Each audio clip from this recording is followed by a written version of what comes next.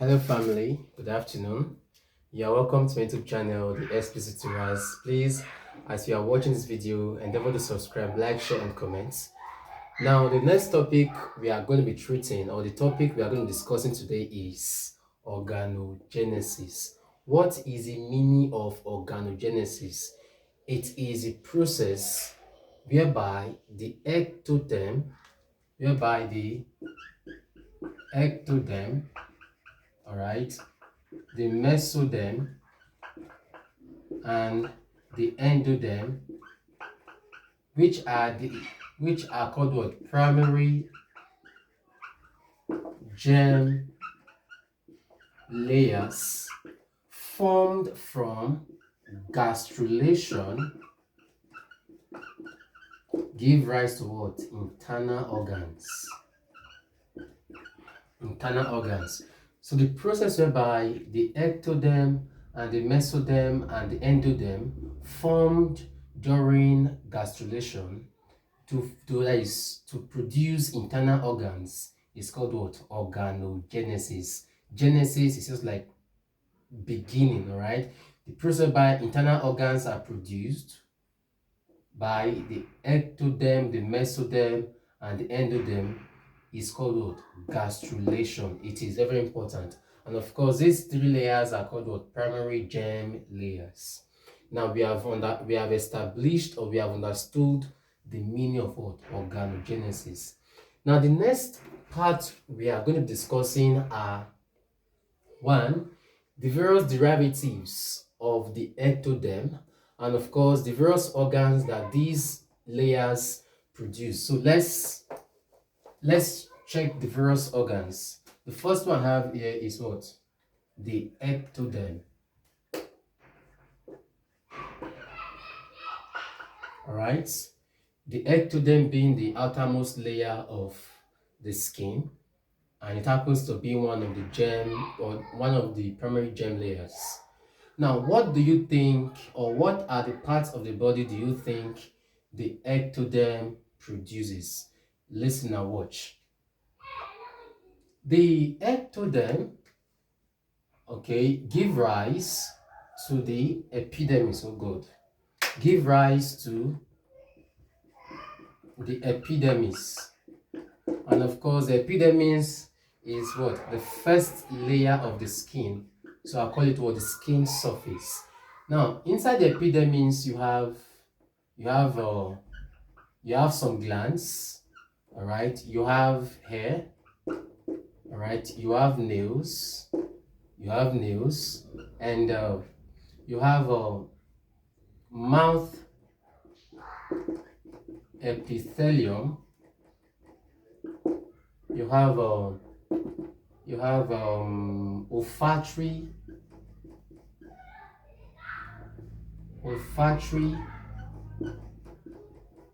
epithelium. You have the olfactory epithelium, and you now have the sense organs, and of course these are actually the nose, eye, ear, tongue, and what? Skin. All right, now these are the various parts. You know that the ectoderm, all right, also gives rise to the nervous system. All right, nervous system. Now just open a bracket. All right, brain, all right, spinal cord, and all right, neurons. All right, so these are the various parts, or these are the various structures that the ectoderm gives rise to. Glands. Okay, let me just specify by saying sebaceous glands.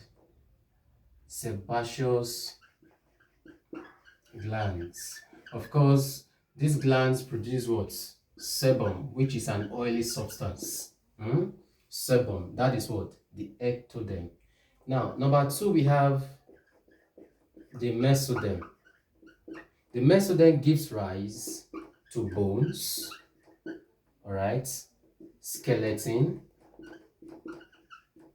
all right, muscles, some parts of the dermis, and you have okay, you also have the axial skeleton. That is the axial skeleton, where you have the that is brain box. Let me just use the word cranium, which is of course the brain box, where the brain is what housed. It has the sternum, otherwise called what, the breastbone, and of course you have the backbone, called what, vertebral column. All right, vertebral column. And again, the rib cage is also one of the constituents of what, the axial skeleton. And again, you have the appendicular skeleton. All right, this type of skeleton is made up of limbs and the limb girdles. Under the limb, you have the forelimb. The forelimb now is the arm. Forelimb is the arm. You now have the hind limb, and this limb is what, the leg, where you have the femur bone, the patella, the tibia, the fibula, the tarsals, metatarsals, and what, phalanges. Okay, now so these are the constituents of what, the mesoderm. Okay, the mesoderm also gives rise to circulatory system. Circulatory system also gives rise to what, circulatory system. And you also have it to also give rise to excretory system. Excretory system. And again, excretory system is another one I've not mentioned. Okay, vertebral column. And of course, I said it's made up of limb. The appendicular skeleton is made up of what? The limb, that is the forelimb and the hind limb, and the girdles. We have two types of girdles. We have the pectoral girdle and the pelvic girdle. The pectoral girdle, that is what you have to be shoulder blade. That is shoulder. Now the shoulder blade is made up of three parts. We have, that is, on a broad note, the pectoral girdle has the shoulder, the clavicle bone, otherwise called the collarbone, and the coracoid, clavicle bone, and the shoulder blade are the constituents of what, the pelvic girdle. While the pectoral girdle is what, the pelvic bone. It is what, the pelvic bone. Okay, take note of that. It is very, very important. So these are the structures or the organs or the tissues that are gotten from the mesoderm. And of course, that the circulatory system, you have the arteries, the veins, and what, the capillaries. Okay, the next one is what, the endoderm. Number 3 is what, endoderm. Now, what are the structures the endoderm develop into? We have the respiratory tract, the reproductive,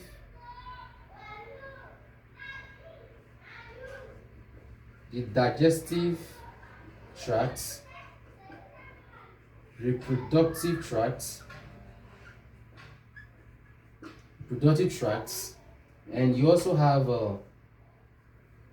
the inner lining of the middle ear. All right, the inner lining of the middle ear. All right, you also have it to be there. And you also have the lining of the abdominal cavity. This lining that is found around the abdominal cavity is called what? Peritoneum. Okay. And the endoderm also gives rise to the liver, urinary bladder, a urinary system, all right, the pancreas, the mouth, all right, the parathyroid gland, and again the thymus. The thymus is an organ around the neck region which involves or which stimulates the development of the immune system. Now, in conclusion, the ectoderm gives rise to the epidermis. You now have this: the sense organs, the olfactory epithelium, the mouth epithelium, the nails, the hair, and the sebaceous glands, which produce sebum, which is an oily substance. Of course, this same ectoderm gives rise to the nervous system. All right, we know we have the peripheral nervous system, central nervous system, and autonomic, somatic, sympathetic, parasympathetic. As the class progresses, I'm going to do it properly. Now, nervous system, you have the brain, spinal cord, and neurons.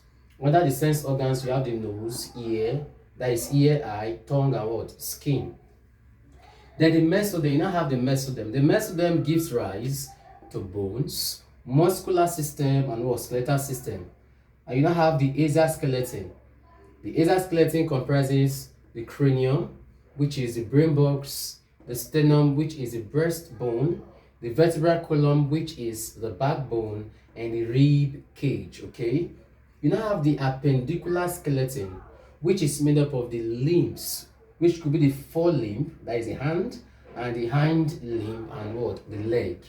And again, you now have it to be, it also gives rise to the circulatory system. Of course, you have it to be the veins, arteries, capillaries, okay? And it also gives rise to the excretory system, okay? Now, take note of that. That is the mesoderm.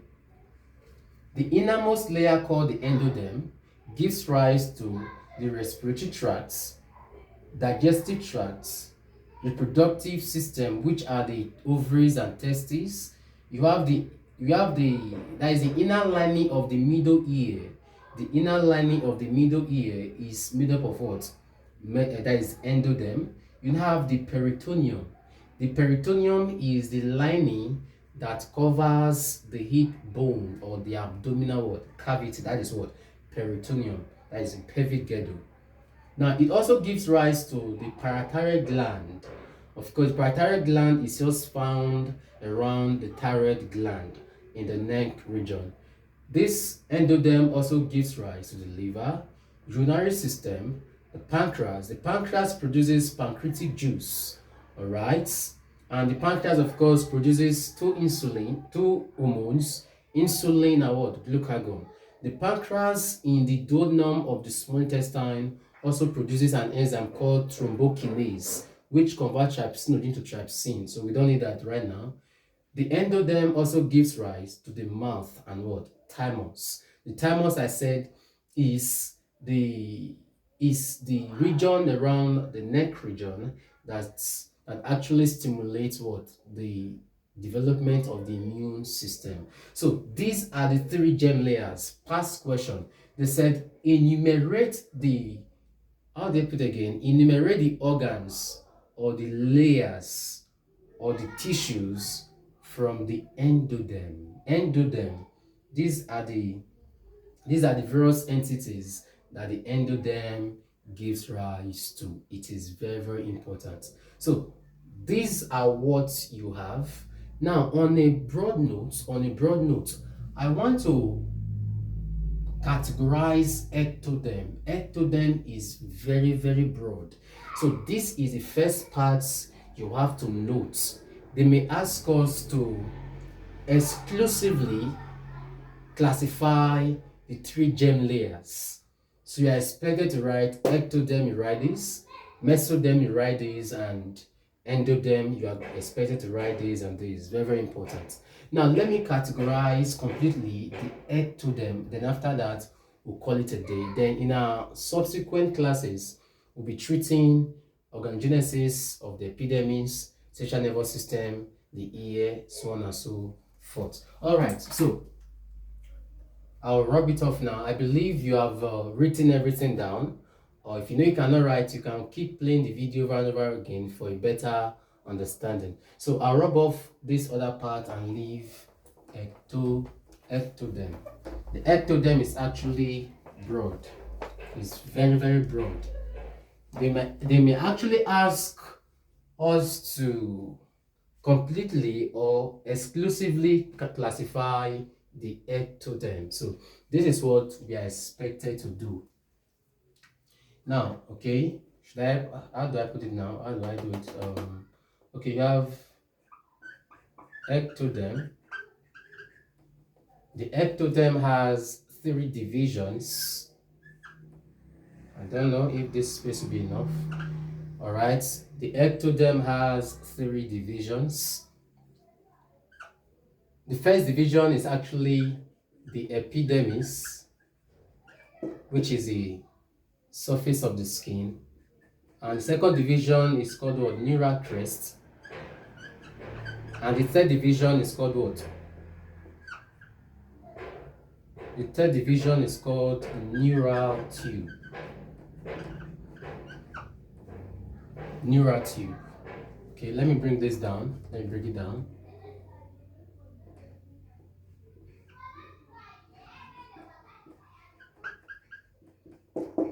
So these are the first divisions of the ectoderm. Now, of course, I've already given us the constituents of the epidermis, so there will be no need writing it again. That is the olfactory lobe, that is olfactory epithelium, mouth epithelium, the nails, sebaceous gland.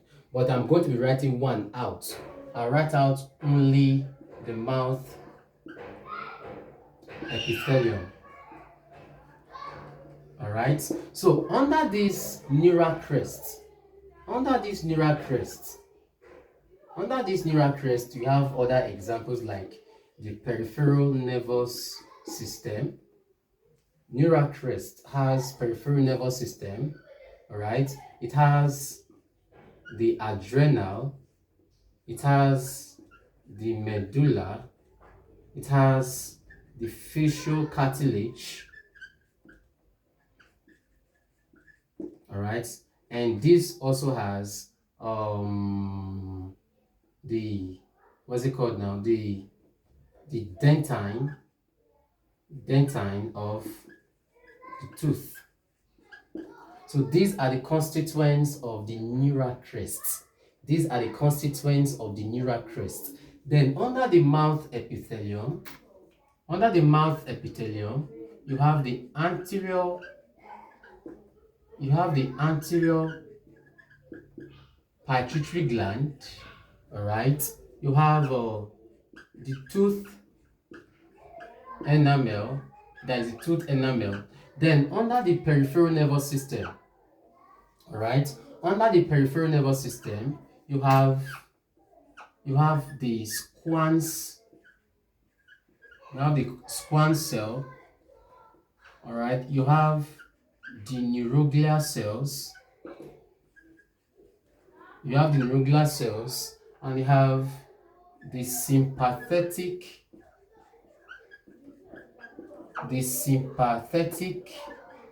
nervous system. You now have what? The parasympathetic nervous system. Okay, good. I just remembered one now. Under the mouth epithelium, you have another one called the cheek epithelium. So these are the various constituents of the peripheral nervous system. These. Then under the neural tube, which is the third division of the ectoderm, you have brain. All right, you have the neural pituitary. All right, you have the motor neuron. You have the retina. So these are the constituents of the neural tube. Okay. Please, lens and cornea are also formed from the epidermis. So this is a complete um, derivation of the ectoderm. So I'll call it the derivative germ layers of the ectoderm. The derivative germ layers of the ectoderm. In case we are asked to completely derive the germ layers of the ectoderm. So we are expected to use what I have on the board. So please, you put down everything. It is simple. Just just focus as you are doing it. It is entering. It is easy peasy. Just calm down. Just allow your mind to be tranquil, and as you get to read, it's entering easily. There's no stress about it. It does not, it's not a big deal, okay? So just go through it. The epidermis, of course, I told you, has the hair follicle sebaceous gland. I've given us already. So the mouth epithelium is divided into anterior pituitary gland, the cheek epithelium, and the tooth enamel. Under the peripheral nervous system, you have the squamous cell, you have the neuroglia cells, you have the sympathetic nervous system, and you have the parasympathetic nervous system. And of course, you know that the sympathetic nervous system is the type of nervous system that controls involuntary action, and it is also associated with what? Adrenaline, which is known as what? Emergency hormone. It controls heartbeats. Now, the parasympathetic is opposite of everything that the sympathetic nervous system does, okay? Then under the neural tube, you have the brain, you have the neural pituitary gland, you have the motor neuron, and you have what? The retina. And of course, the retina is the photosensitive parts of the eye that is made up of the rods and cones. The rods has a chemical called or rhodopsin, while the cones has a chemical called iodopsin. The retinal, that is retinol, which is vitamin A, is associated with what? The retina. The most sensitive parts of the eye where images are focused on is called what? Fovea centralis, or yellow spot. So at this point, we call it a day. This is a complete uh, division or derivation of the ectoderm as the first germ layer. So at this point, we call it a day. Thanks for watching. Do have a wonderful day. Please endeavor to subscribe.